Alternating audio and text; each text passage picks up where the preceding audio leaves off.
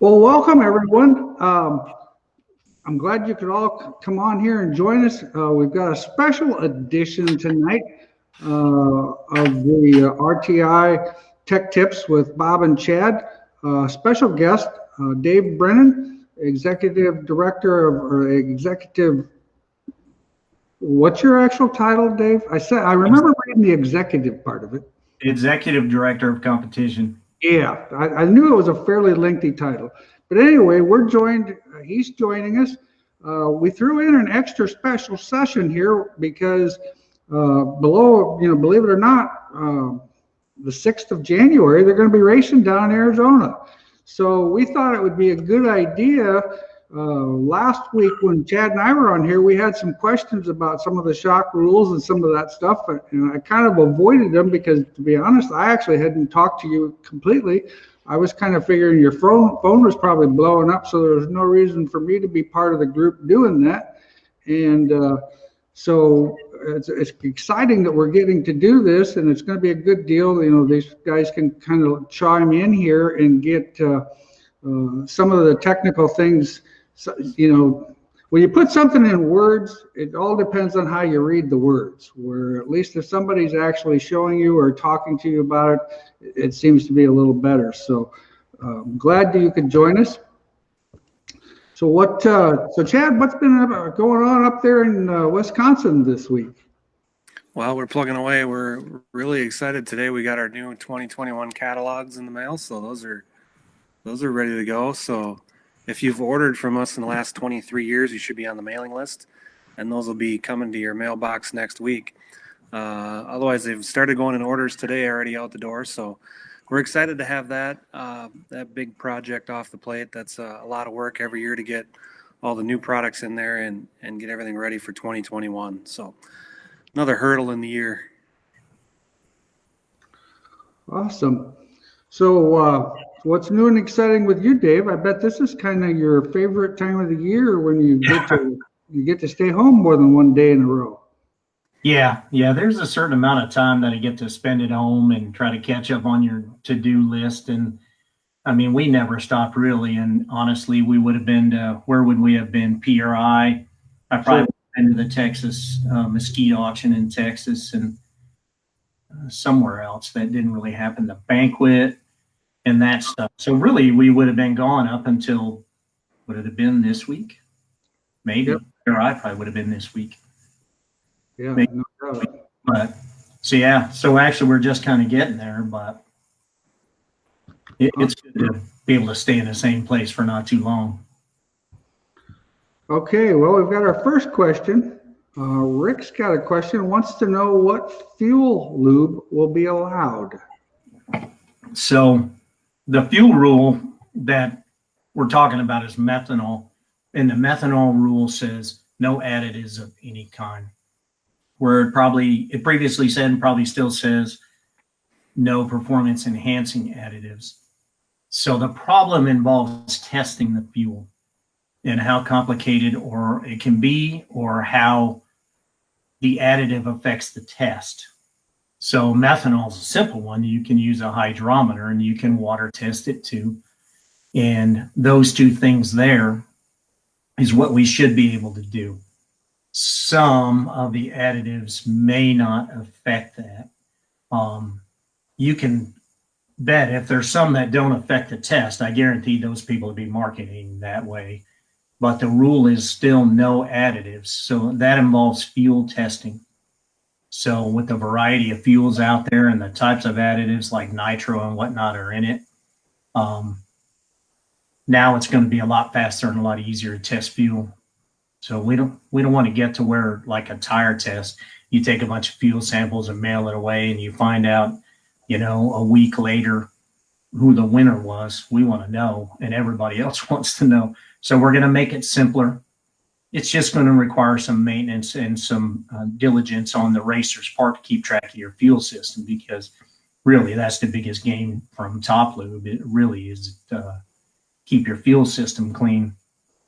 So conversely, talking to some car builders and whatnot about this beforehand, it was interesting to get complaints from them about all this gooey stuff sitting in the fuel bowls and everything else. And I don't know if I've ever heard a racer or anybody tell me that, but the car builders were pretty interesting to complain about it. So our race sprints have been running it that way for 20 years, I think, just straight methanol. So the testing process would be quicker and easier. We can all use the same tools that aren't horribly expensive.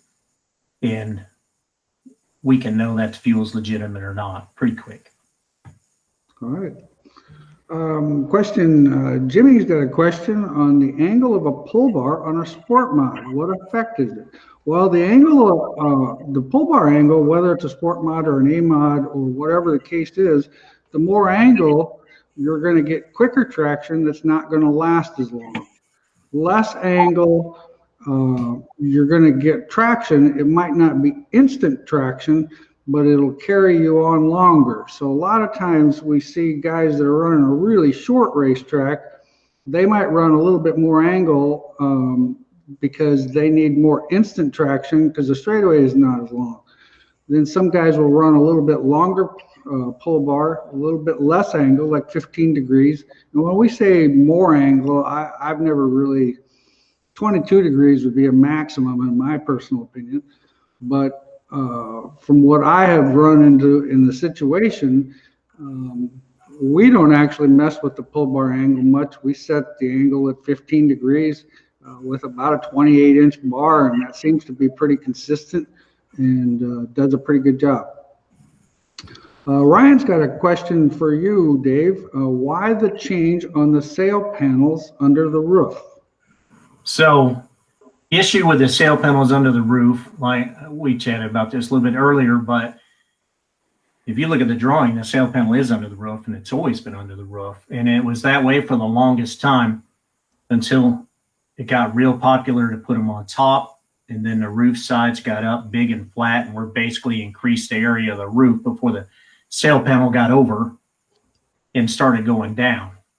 So two rules, long-standing rules that we've had on the roof is the roof should be rounded down every direction, and the sail panel has to start down from the back of the roof. Well, then the sail panels were getting honestly bigger than the roof. They were going out and then up and over like this. And when I explained it to a racer, and they're like, oh, okay, well, that makes sense. So, and they fixed them, and that's no problem. But it just, I can't tell that story to thousands of modified racers all over the country and get it done. Something needed to happen to kind of tame down some of the aero stuff. And so underneath the roof, if the roof is legal, then it's rounded down somewhat, and the sail panel is going to be underneath it, and there's going to be a definitive point where that thing exits the roof out from under the sail panel. And that's where it should start down.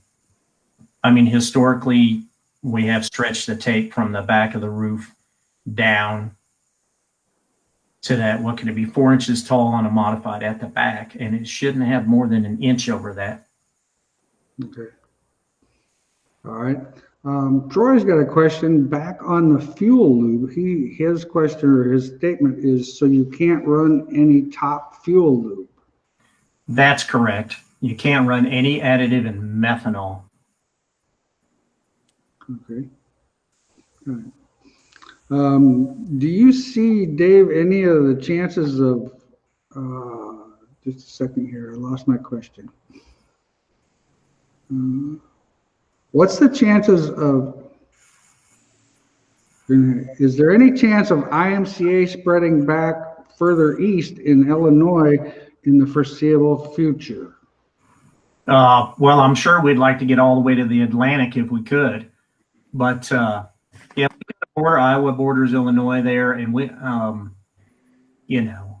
sure Jim Stanner is out there every day calling promoters and trying to, get us in every racetrack around the country. But it's just like today, it's little by little. It's like, how do you eat an elephant, right? It's one piece at a time. So just like Friday, I mean, we wrote some transition rules for a couple of racetracks to transition another division to IMCA, and little by little. But it really starts with talking to your promoter. If you've raced some other stuff over east of Western Iowa, you realize you're getting into like UMP land and all that stuff. And historically, that stuff has been pretty expensive. And, guys can only, if you can survive it, if the area can survive it, the region can afford it, then it's a non-issue for them. But the reality is, little by little, it starts getting over the top cost-wise. And that's usually when they start talking to us, I think. Okay, Matt's got another question for you, or clarity of a question, I guess. Northern Sport Mod rear springs, IMCA rules say straight up and down. How is this determined? It's pretty easy. Your top spring cup ought to be above your bottom spring cup. If you're abusing a spring, it's probably got some bow in it and all that, but you don't want to confuse that with not being straight up and down. But yeah, pretty much the top cup should be above the bottom cup. There's going to be a few degrees either way because a guy puts a couple rounds in something.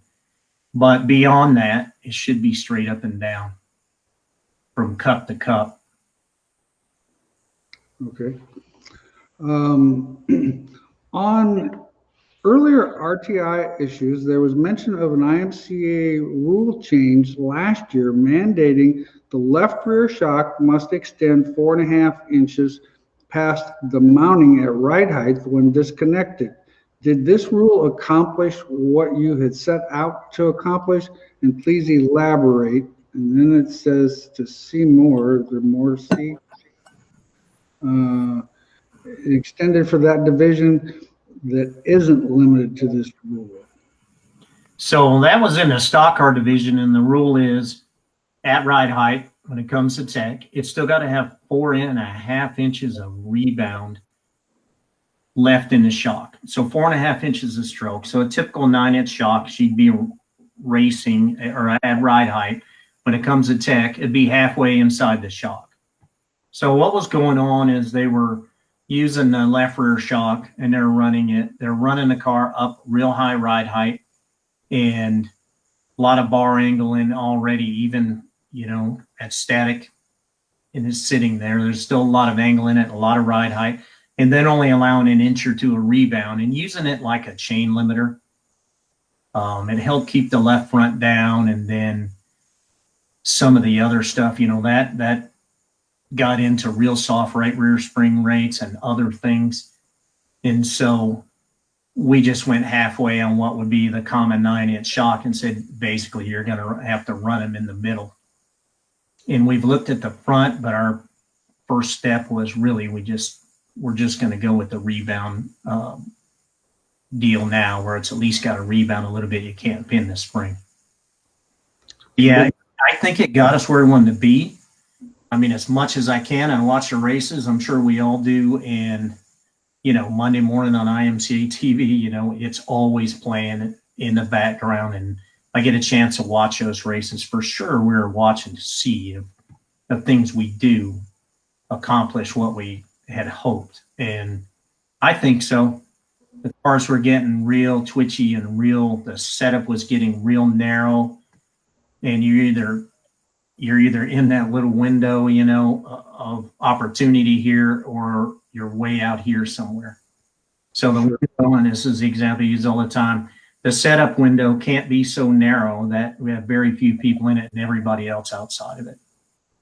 And that goes for a lot of divisions and a lot of things that need more people in that race than that. Yeah, definitely. So that 4.5-inch rule still exists, correct? Correct. The one thing we did this year was we gave them, most shock mounts are on jack bolts on a stock car anyways. Well, we let them use the adjustable shock mount. A long-standing stock car rule that's still in effect for the front is one welded shock mount. And so it was never adjustable or anything like that before, but we gave them that because, if you're between the heat and the feature and the track makes a big change and you put some rounds in one side and take some out of the other side, it's easy to get out of the 4.5 if you're running at that, at 4.5 anyways. Sure. Fuel burn off, some other things all play into that. So it was easy to get it wrong.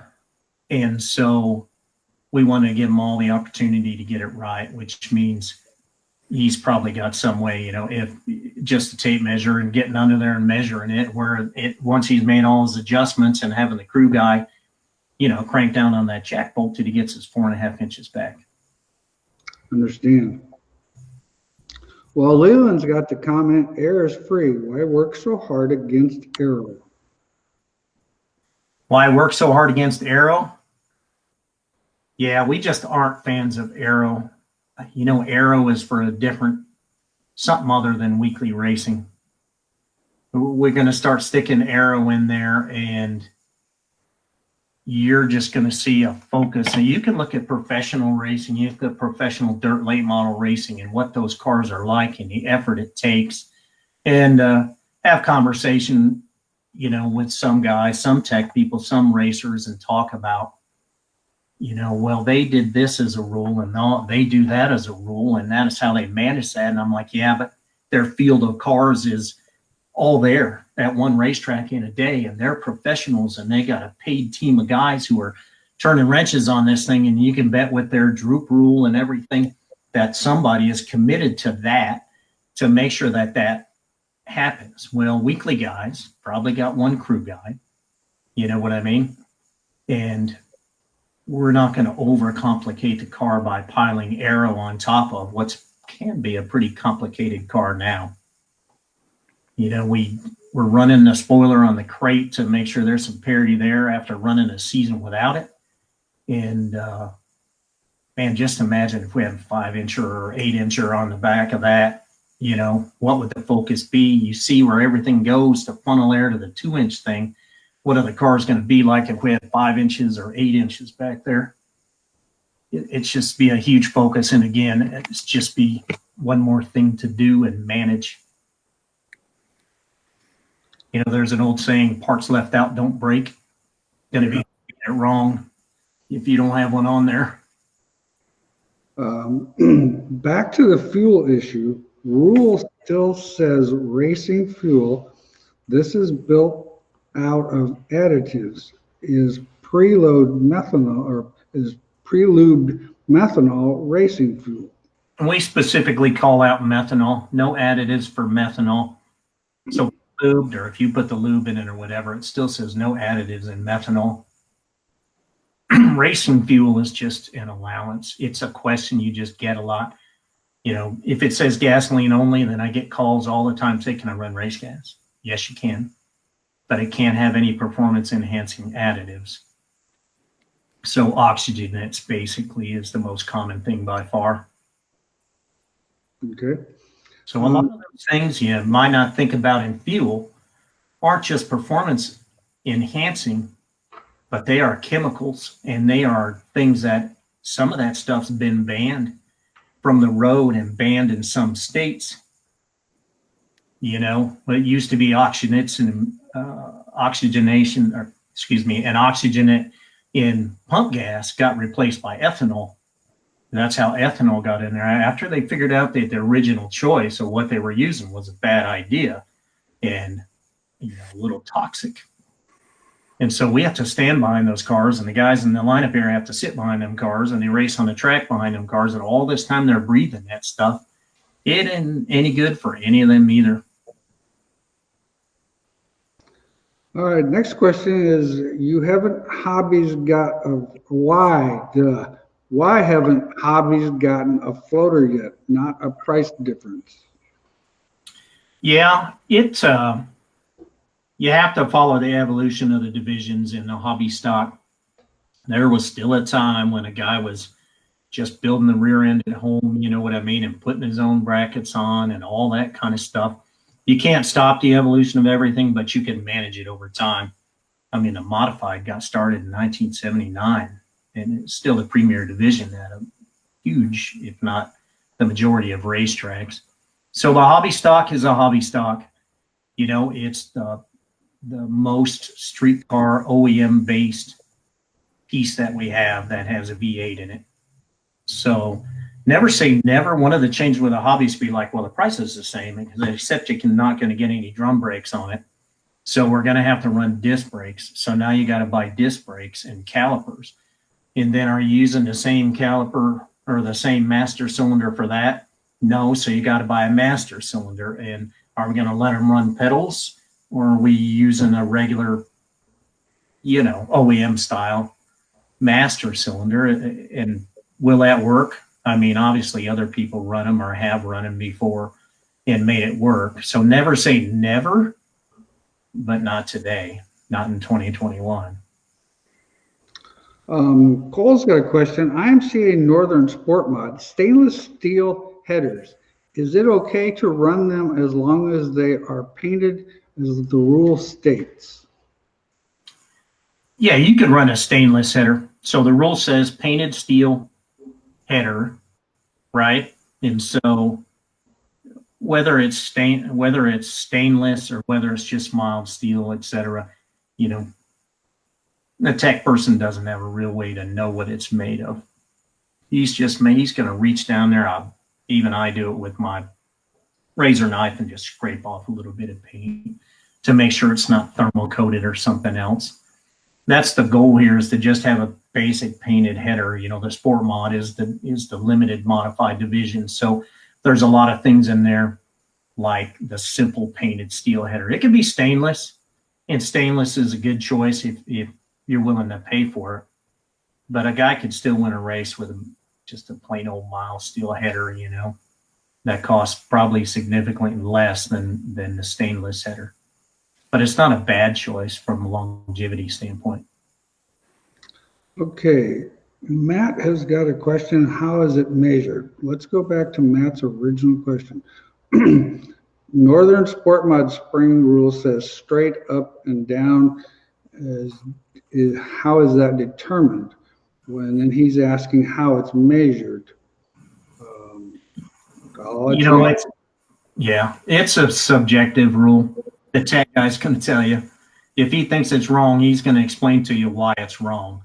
So if this is your upper spring cup and this is your lower spring cup, and they're like, one's over here and one's over here, obviously it's not above the other.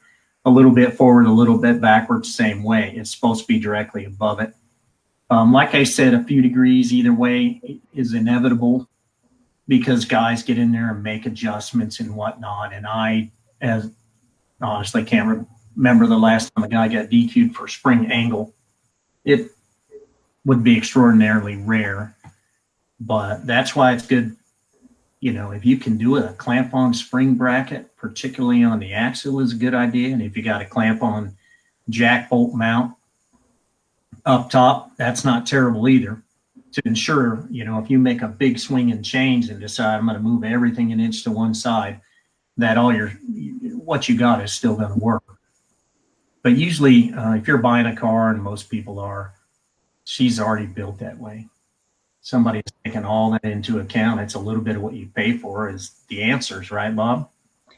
Well, and that's the thing, and usually, like if we move a panhard bar or whatever, we're talking like an eighth of an inch. We're not talking, and I think where this rule came about was the springs were becoming angled to the point where kind of like what the modifieds were, and then when they were put in an angle, the springs were popping out.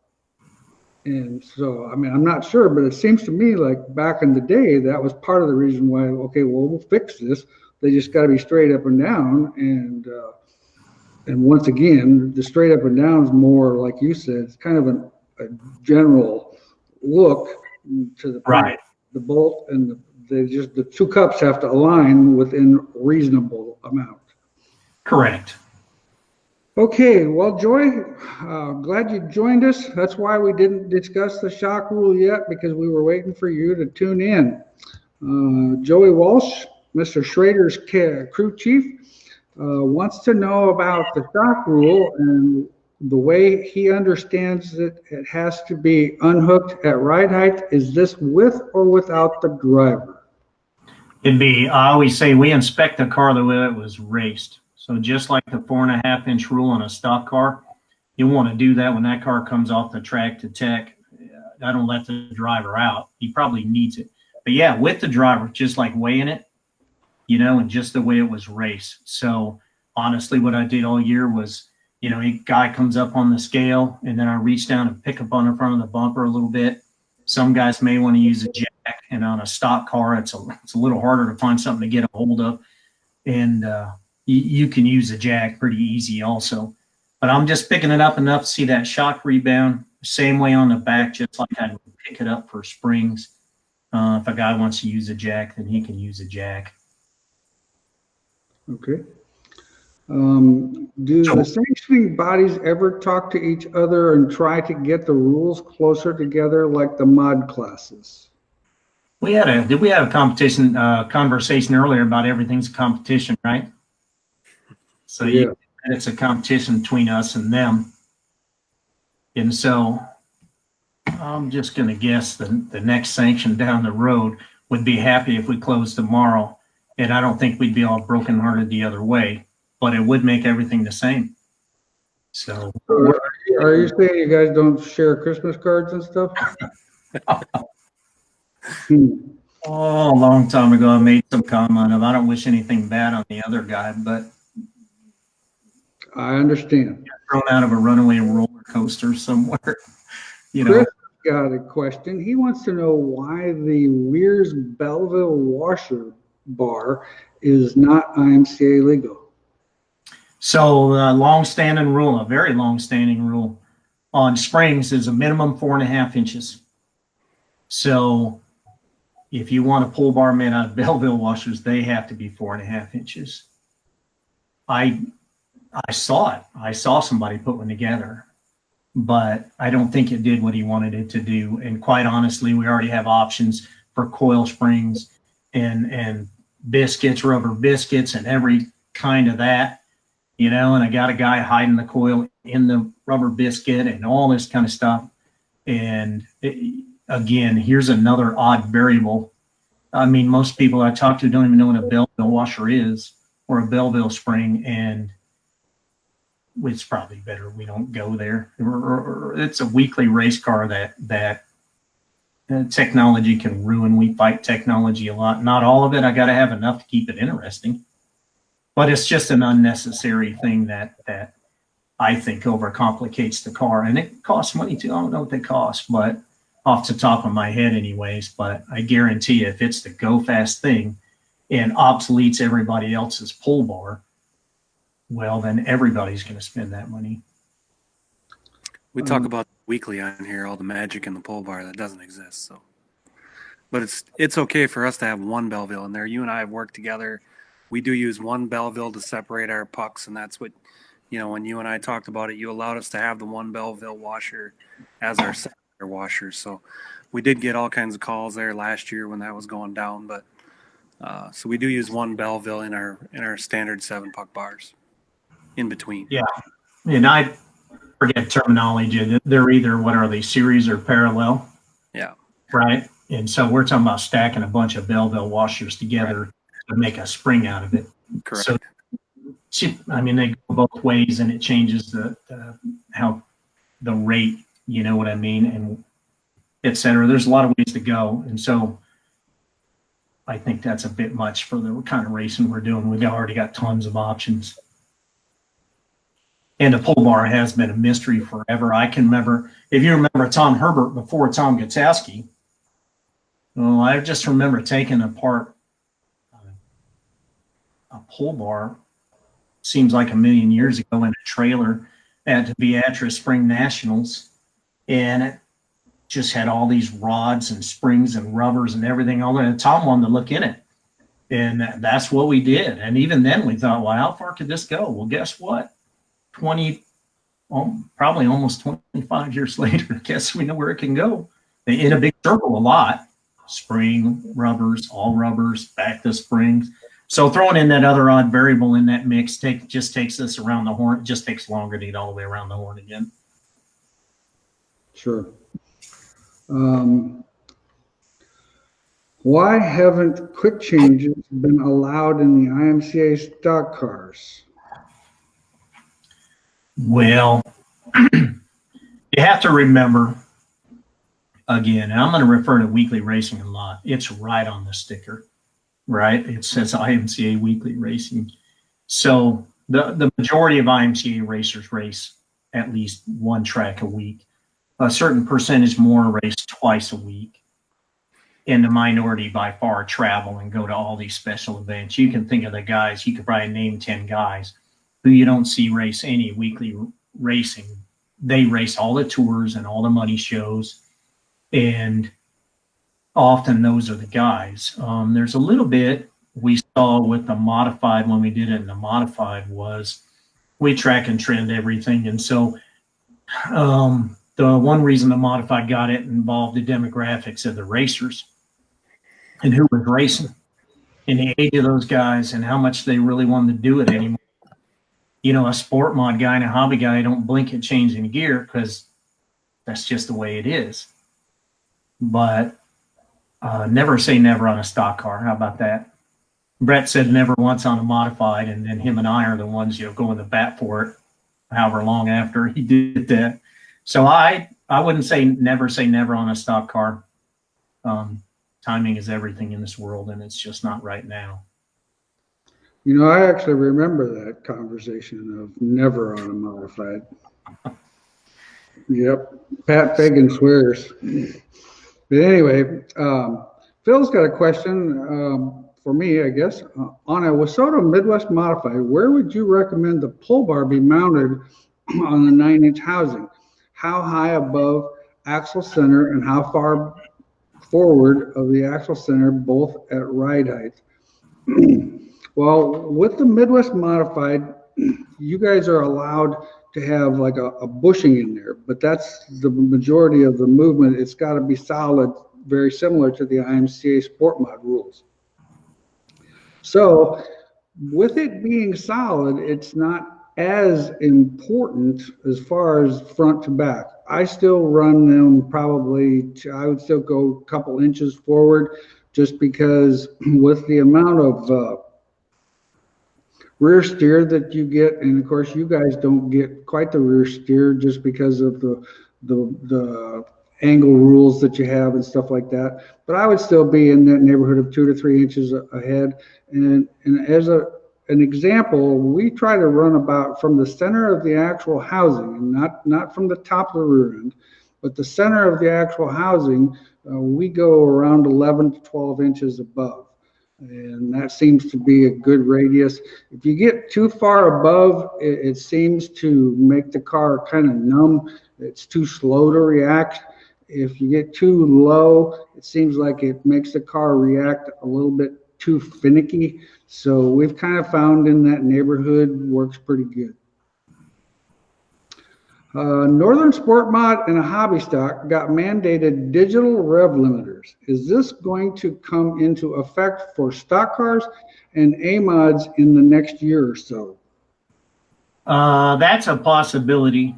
You know, we still have to do some testing, and, you know, it's all about, as far as the digital rev limiter with the HEI cars at Sport Mods and hobby stocks, that unit was specifically built, you know, the way we wanted it done. It is epoxy filled, and at least according to MSD, you pretty much have to demolish it to get it apart. You'll ruin it trying to get in there.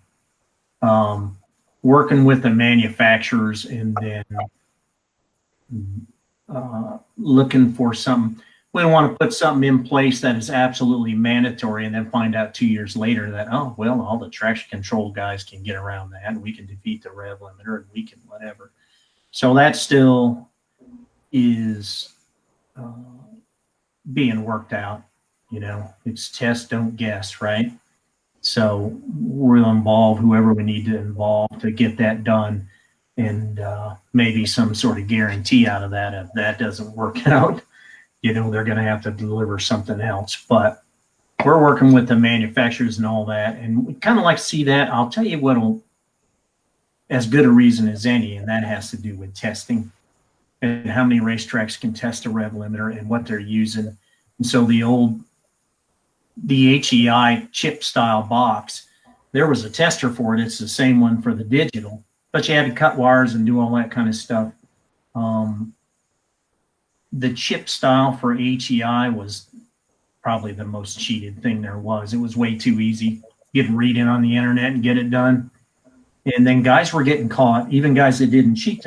Guy buys the whole car minus motor and whatnot, puts it all together, boxes on the firewall, he puts it on, and guess what? I go to check it and it's 200 RPM over. Well, changing to the newer style with the display and the recall on it and everything makes things a lot easier as far as tech, not just tech, but time and tech. It'll tell you if it's me, then I usually test it anyways, but it'll tell on you, and that's probably one of the benefits of it. It's also the smoothest rev limit and easier on the engine. Okay. Question for Chad on zero index bird cages. If you have your bars on the cage in the zero index holes, can you still measure index according to the square part on the bottom of the cage? That's correct. The bottom edge of the shock plate is still square to the world.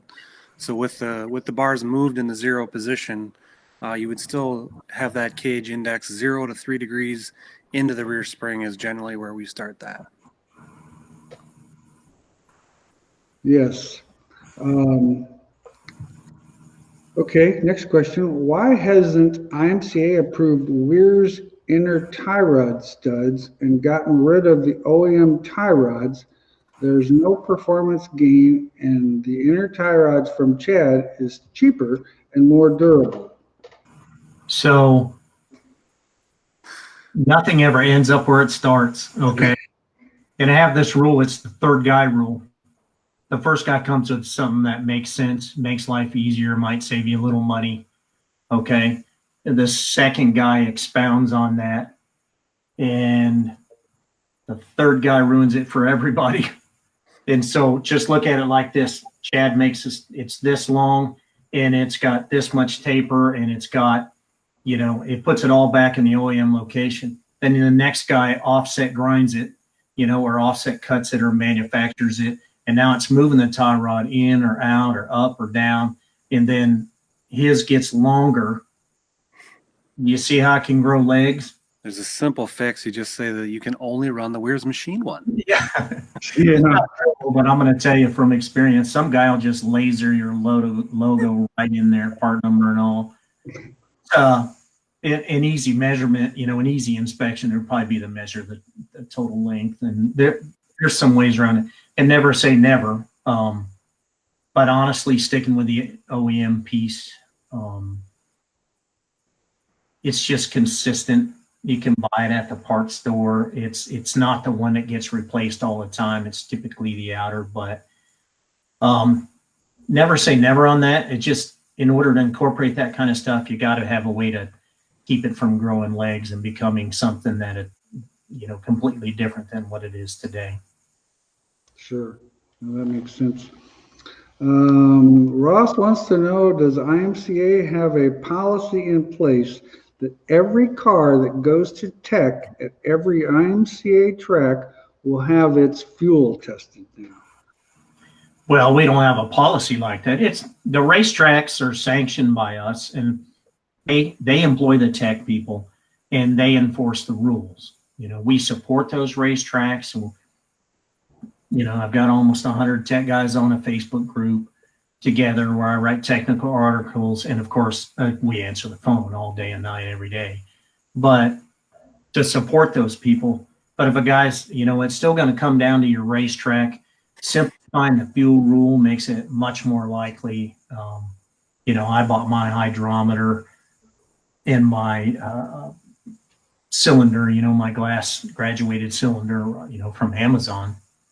And it's a brand name, American made, nice piece. And I was real happy to get one that had a much narrower range on it because graduations are bigger. So if you're a little bit older like me, and Bob and I were talking about eye exams earlier, it's a lot easier to read. And I actually have a guy, I don't know, maybe I'll tell you. I got a guy that builds an electronic hydrometer. They're used in alcohol and beer. These microbreweries, and they literally float in a tank, and they're Bluetooth and everything. So he's going to build me one for methanol and send it to me, and I'll test it. And that might be an opportunity easier, you just drop it in there and you zero it in water, and then you drop it in the methanol, and it gives you a number out on your phone, and then the world can see it. But the whole hydrometer and hydraulic cylinder, or I'm sorry, graduated cylinder, still works. It's still the way it's done everywhere, and it's simple. So I think you'll see more of it because more guys will feel comfortable doing it, and the rule supports that now. Matt has a question about how the rear springs on the IMCA Sport Mod are attached. Well, how we do it here is, of course, we have the Wehrs plates that we weld, or the Wehrs spring cups that we weld on the axle housing to mount the lower one. And then on Chad's wheel, there's an L-shaped unit that have 2 bolts in it that lock the spring to the plate. Then on the upper mount, it's just a mount with a nut welded in it, so you can run your jack bolt down through there. And on the right side, we use the standard Wehrs cup, and on the left side, we use the extended Wehrs cup. So that's what, and both have a taper to it, so everything mounts in line. So it's a pretty simple process. And the one thing nice about that deal is, like we've talked about here, I think three times, is the fact that you can visually look behind the car, and you see that jack bolt, and you can kind of visually look. Now, it's not measured, but visually you can see that that's all relatively in line. So it's a pretty simple deal, and that those mounts work really well. We've used Chad's mount on that deal for, I don't know, whenever you came out with it. It's when we've been doing it ever since. It works pretty simple. Okay. Why mini spools are not full spools are in gears for sport mods? So that's been around a long time, from the hobby days, right? From the hobby stocks. The hobby stocks have been running that forever, and the sport mod is the limited modified. And so we just ran mini spools, and you could look at the evolution of a 9-inch to the point of becoming a quick change, right? So you can run that super thin 9-inch offset, lightweight gear in a 9-inch, and then you need a special offset spool to get the gear, this thin gear, close enough to the pinion for it to work, and you're looking at $1,000 gear set. So we've stuck with the mini spool. Anytime you change something like that, a guy's got multiples of it, and if it's in any way, any kind of advantage, and it all is a matter of opinion. Sometimes it's the optics of it is all it takes. And a guy's going to think he has to switch all his mini spools and carriers out to be a spool. And then somebody will get it wrong. He'll have a scallop spool or something else. I would assume if it was ever a rule, it'd be the base piece. And it just gets out of control from there. All the guys racing right now have what they need to race next year. So introducing that, it gets brought up a lot. Well, it'd be a lot cheaper it is for guys that have nothing. But guys that already own things, usable things that they can race, introducing something like that, you know how it goes. A guy takes off and he's like, I'm going to replace all these things with mini spools, because to him it's an advantage and he's not going to get left out.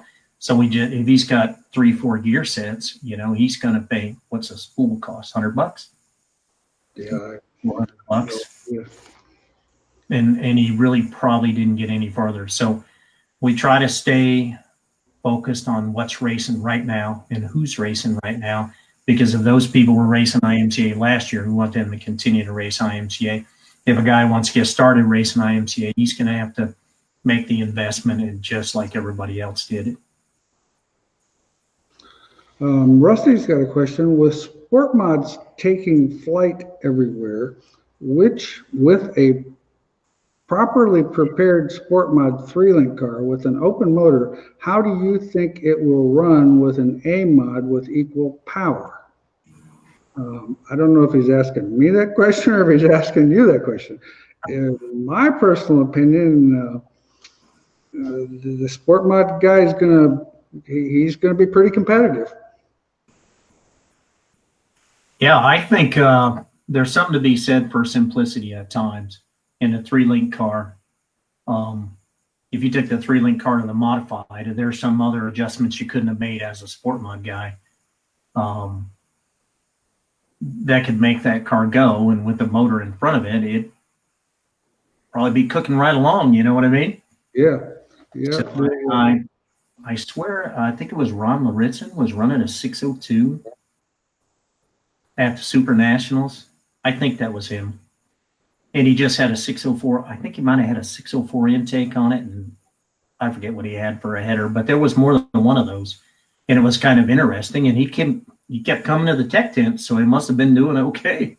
Yeah. I don't know if he made the big dance. Oh, he had to explain it every single time. It's a claim engine. It's a claim engine.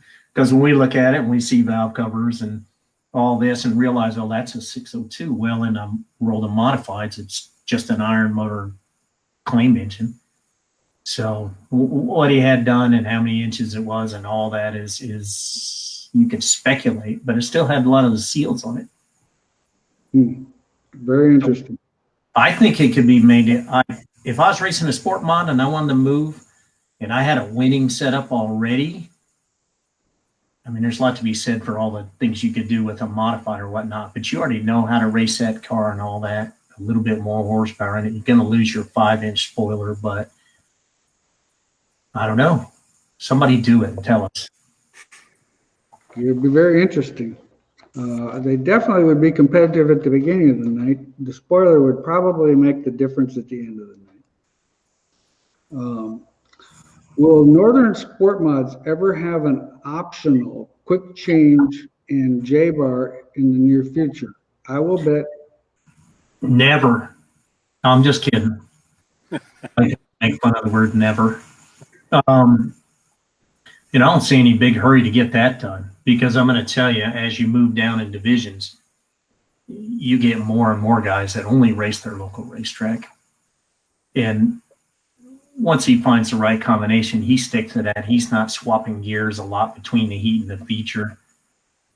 Although I seem to remember that from working on modifieds years ago, we swapped gears an awful lot. But the motors were just wide open then, it was whatever you were willing to sell, including aluminum heads, and it could run the other direction. We had one of those ones. And I just don't, those weekly guys that race their weekly track and running for that track championship and they only race one night a week, etc. You don't think they were doing them any big favor with a quick change. It becomes a tuning tool, and the right gear, depending on the length of your track, gives you a lot of options for gear and in a hurry where a 9-inch guy wouldn't. So I don't see that happening. I mean, never say never is all I can tell you. The evolution is inevitable of a lot of things, but we won't know until the day comes, probably on a sport mod. Very true. Okay, let's see here. Next question. With the right front shock rule, how much rebound should be there when jacking up the front end? So there's no number attached to that. It just has to rebound back out of the shock. We didn't put a number on it because the reality is it doesn't take very much to know that the spring is not wound down against the shock and the shock is not topped out. I mean, right now with the shock topped out, fully extended, with the light spring rings in the front, there's a lot of turns in there. So all I want to know is that it's not like that, that it's not pinned against that shock. And so, it doesn't take much. A lot of guys will just push the travel indicators up, and then I've been doing that and picking up on the car all year and last year. And I did measure some cars 2 years ago. quite a few cars 2 years ago, and then, all of a sudden there's none. So a little bit of the disparity that exists in that is interesting, because people call on the phone, and I've explained that to them. Well, you can't preload the spring or pin the spring against the shock. And the guy on the other end says, are people doing that? So you see how a guy can get behind if we let it get too complicated. And I'm not talking about just some guy. It's a guy who's winning races somewhere else, just hadn't made it that far yet. And so, that guy didn't even know. And so before it gets completely out of hand, or just every car is like that, we kind of want to squash that a little bit. Those light spring weights, it gets down on the right front faster, it gets the car at attitude faster, and attitude equals aero. And you know how I feel about that. Yeah, that's why I didn't say much about that 5-inch spoiler on that sport mod compared to the A mod with that 2-inch spoiler, because that'd be an aero advantage. Yep. A guy put that to work and ruined that in a record time. Yeah. Why aren't Harvey wants to know, why aren't composite leaf springs okay in a sport mod with axle dampener shock? Has anybody seen a leaf spring modified in how long? I mean, I go a lot of places, and I don't know, Bob. You tell me, is a leaf spring sport mod going to win a race? Well, the thing of it is, here's the deal on leaf springs, because I've had the pleasure, with the opportunity of being involved in this sport for 40 years, I've had the opportunity to work on all this stuff. Well, in my opinion, stress this fact, in my opinion, there's nothing more miserable to work on than a leaf spring car. Now, it is the easiest driving race car known to man, because the thing will drive like it's driving a Cadillac down a straightaway. The problem with that is to be competitive, you have to work on those leaf springs. And when we were running leaf springs, you couldn't have a lot of adjusting mounts and all that.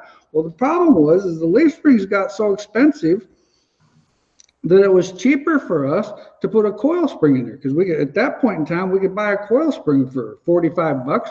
Well, the leaf springs that didn't last over 3 or 4 nights, if you wanted to be real competitive, didn't last over 3 or 4 nights, were costing us $89 a piece. Plus, they were heavy. They smashed your fingers. You had to take them apart, re-arch them. You had to graphite them to make them work. And it's like, this is just unreal. So then, well, because we weren't real sophisticated, we put main leafs in there with coil springs as helpers. Well, that actually worked pretty decent. Well, but then we're still bending those leaf springs. So then that's when we finally, came up, and I couldn't tell you the year. It would have had to have been late 80s. When we finally came up with the idea of just running, like the asphalt cars that we were seeing at that point in time, just a rod going forward, holding the rear end in place, and a rod going from side to side, holding it in place with 2 coil springs. Pretty simple. You didn't have to work hard a whole lot. And it didn't smash your gears. If you stood there and tried to re-arch your own leaf spring, just hammering that thing, and God. said we greased them all up and taped them up and everything else. Maybe that's why his reference to composite. Maybe the composite spring, solves some of that problem. But anytime we get to composites or carbon fiber and other things, we're starting to get out there away from the intent. We try to hide from titanium, we hide from heavy metals, and we stay away from carbon fiber and composites as much as possible too, because they often equate the cost. I always thought the leaf spring was forgiving with contact, though. When we ran years ago, when we had monoleafs with coils, boy, you could slip it in the wall, you could slip it in the side of another car. You could hit a lot of stuff with it without ruining it, because it was very forgiving. In the bar car, you'd slam her in the fence at a pretty good pace, and she's going to bend that J-bar up, and it's give and take. But I don't even know that sticking that back out there as an option I feel like it'd just be one big go round of disappointment somebody spent a lot of money on. And parody. Some guy's trying to sell tickets to this show, and I need these cars, and we need, and he needs, the promoter, this race to be good enough to sell tickets. So some of the decisions we make are also made for that reason. To me, the leaf spring has outlived its usefulness. You know, there's a reason we lost them off of streetcars a long time ago. Justin has a question. He wants to know if he can run his 1964 Corvair Chevy body on his Monte Carlo stock car chassis. It fits the wheels. I think that guy emailed me, and I'm pretty sure I emailed him back. But yeah, first of all, don't cut up a perfectly good 64 Corvair. I'm sure somebody's at home in tears after hearing Bob read that. But no, we're not super interested in going backwards in cars. You know, we allow it's specific. We allow the later model, two-door models to be placed on the GM cars, to be placed on the most popular frame of all, and that is to be the metric frame in a stock car, in a hobby stock. And we're not interested in going backwards. Some of them old cars you see, and they look pretty cool, and you can see them online. But if you start really paying attention to the nostalgia stuff, well, then they start molding front bumpers that are great big, look like late model noses, and pretty soon they're raking the roof of the station wagon down. It's 10-inch, the windshield's 10-inch opening in the back. It just grows legs in a hurry, and there aren't enough cars out there for everybody. I mean, what's going to happen to that 464 Corvair body. I don't even know if it fit on a stock car because of the way the cab and all that, or it would almost have to be something that was specially built. You'd have to build it to fit that body. Yeah, that's just not a direction that we want to go. I think everybody sitting here could appreciate a Corvair, but I'm going to tell you, get to the races and get to half of the fans that don't have a lot of years on them, and ask them what that is. They probably can't tell you. Yeah. My kids are, tuner cars, and my kid has an Evo and had a Civic Si before that, and that's wasn't what I would have picked. Not my generation, but that's the reality of it right now. That's what those kids know. Another question on the floaters. Brandon wants to know why you would not put a floater in a hobby stock.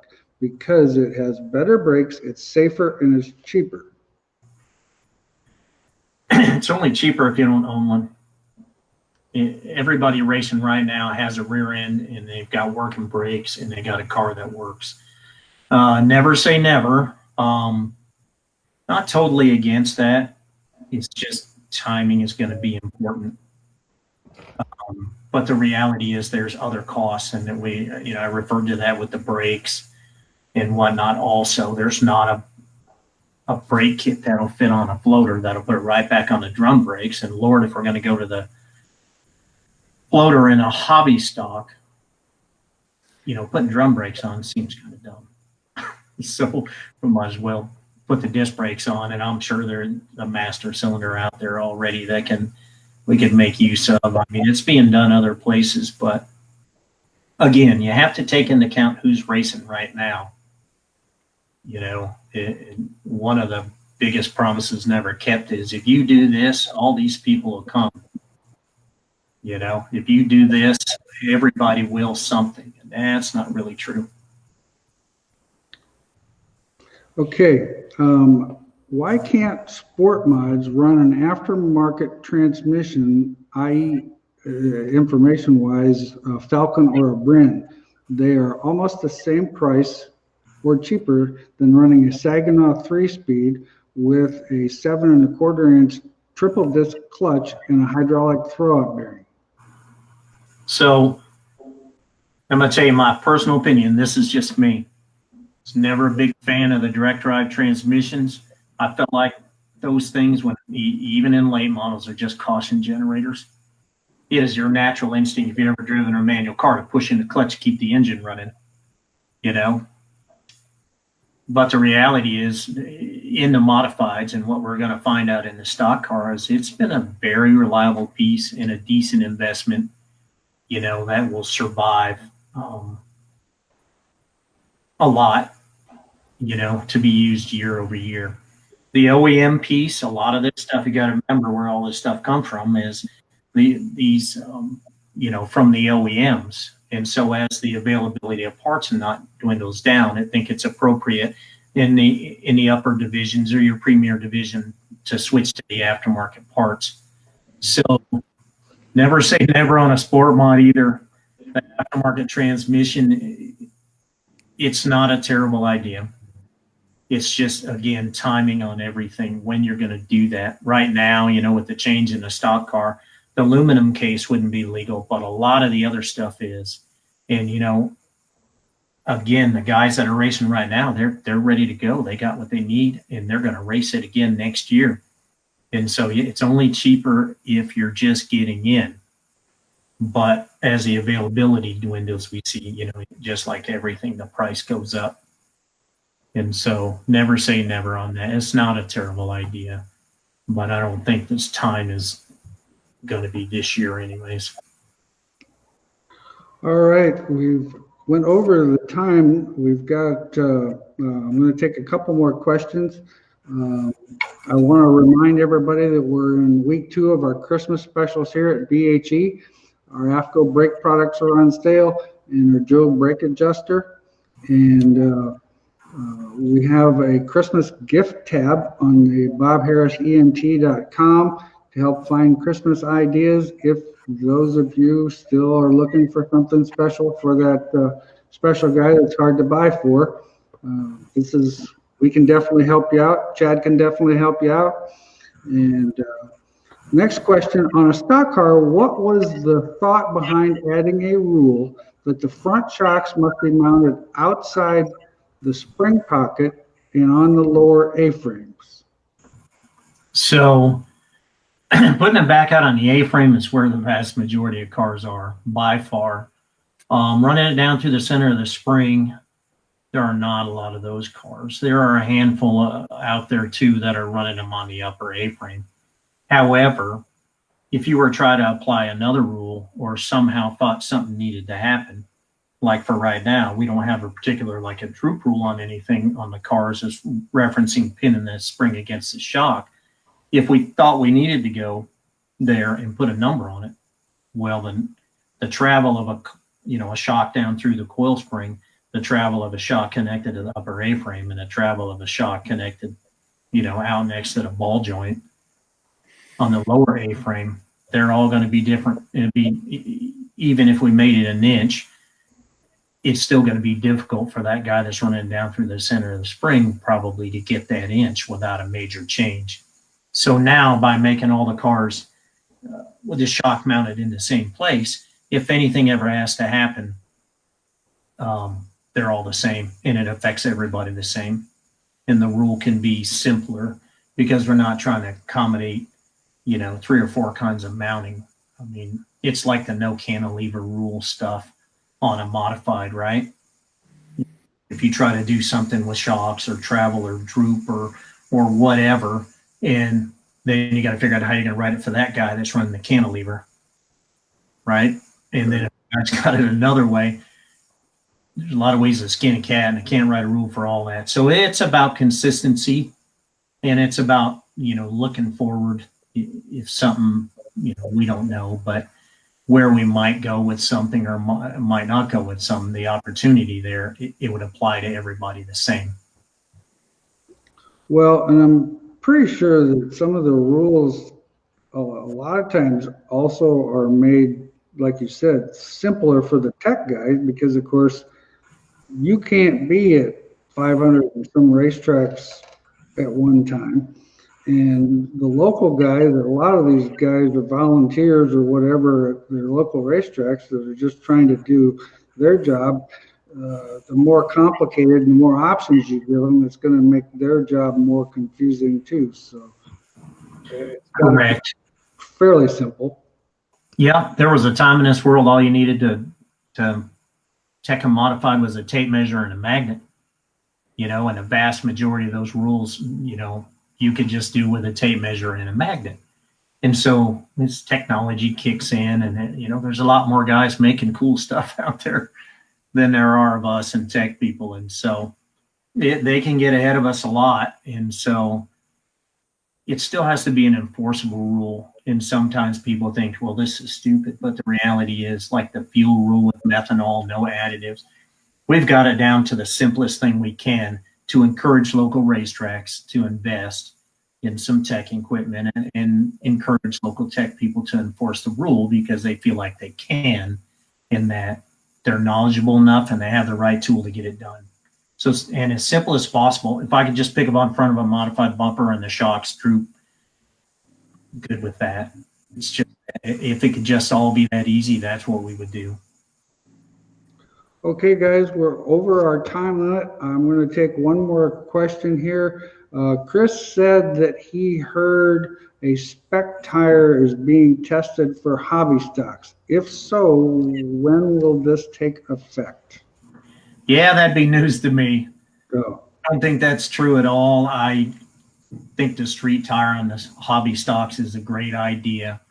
And, guys that are buying street tires, it doesn't matter if you're buying street tires or race tires, a bunch of new tires is a bunch of new tires. So even if you're there are guys buying brand new tires, at a much higher frequency than other guys. They're still $45, $50 tires. And the next guy down the road will take them from that guy if he's going through a lot of new tires.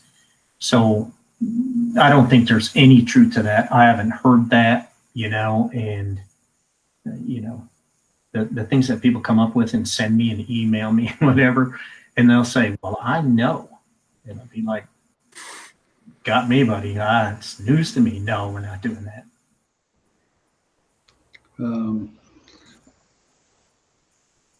This is a good question because I've actually asked this one myself. So I'm going to actually do one more.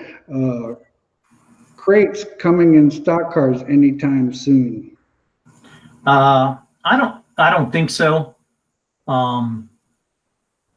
We already have 2 engine options, and you can run one or the other. We still see both, although the 500 carb limited cubic inch motor is by far most popular. But there's a method to that madness in that engine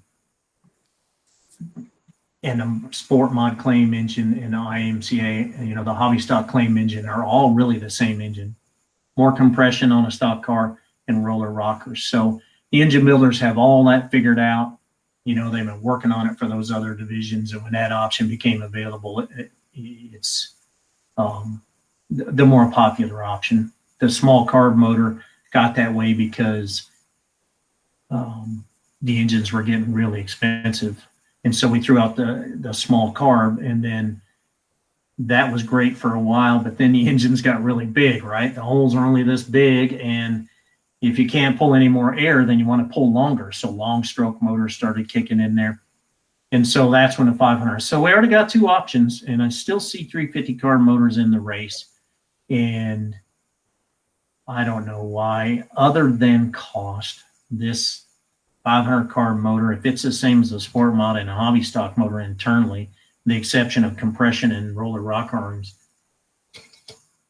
if it gets to 10 grand, I don't know how we're going to argue against the crate. So it's a great topic to debate, but no, not right away and not tomorrow. I don't think we do anything without testing. And as soon as one's in there to test, somebody's going to tell. They're going to see it at the racetrack and they're going to know. Yeah, no doubt. Okay, guys. Well, we're past our time limit. Boy, Dave, I sure appreciate you being on. The other day we were talking about some of those questions, and I knew last week when we had some of those questions that there's probably some people out there that have a lot more questions. So knowing your time frame, that you're going to be racing in a couple of weeks, and these guys are going to be racing in a couple, 3 weeks, that now is a good time to get you on. So I appreciate your time and letting these guys visit with you tonight. how do these guys, what's the best way for them to contact you if they have any more questions? So you can always email me at IMCA. It's D Brandon. If you go to IMCA and click on the first pull down menu and go to staff, my email is my first initial last name, Dbren, DBRENN at imca.com.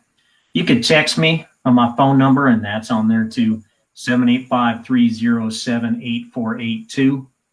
And can email me or just call me at the same number. Okay. It's fine. And, I much prefer a guy. If you're standing in your shop thinking about cutting something off and welding something on and wondering, just call me then. I try as much as I can to answer them as late as I can because most guys are working during the day and cutting stuff up at night. So I know what that's like. Leave me a message. Don't Facebook message me. And the only reason I say that is those things go by, and when you're using the mobile app, I can't even see them. I have to go look for them. So they don't pop up. I have my notifications turned off for some of that stuff because it makes noise all day and night.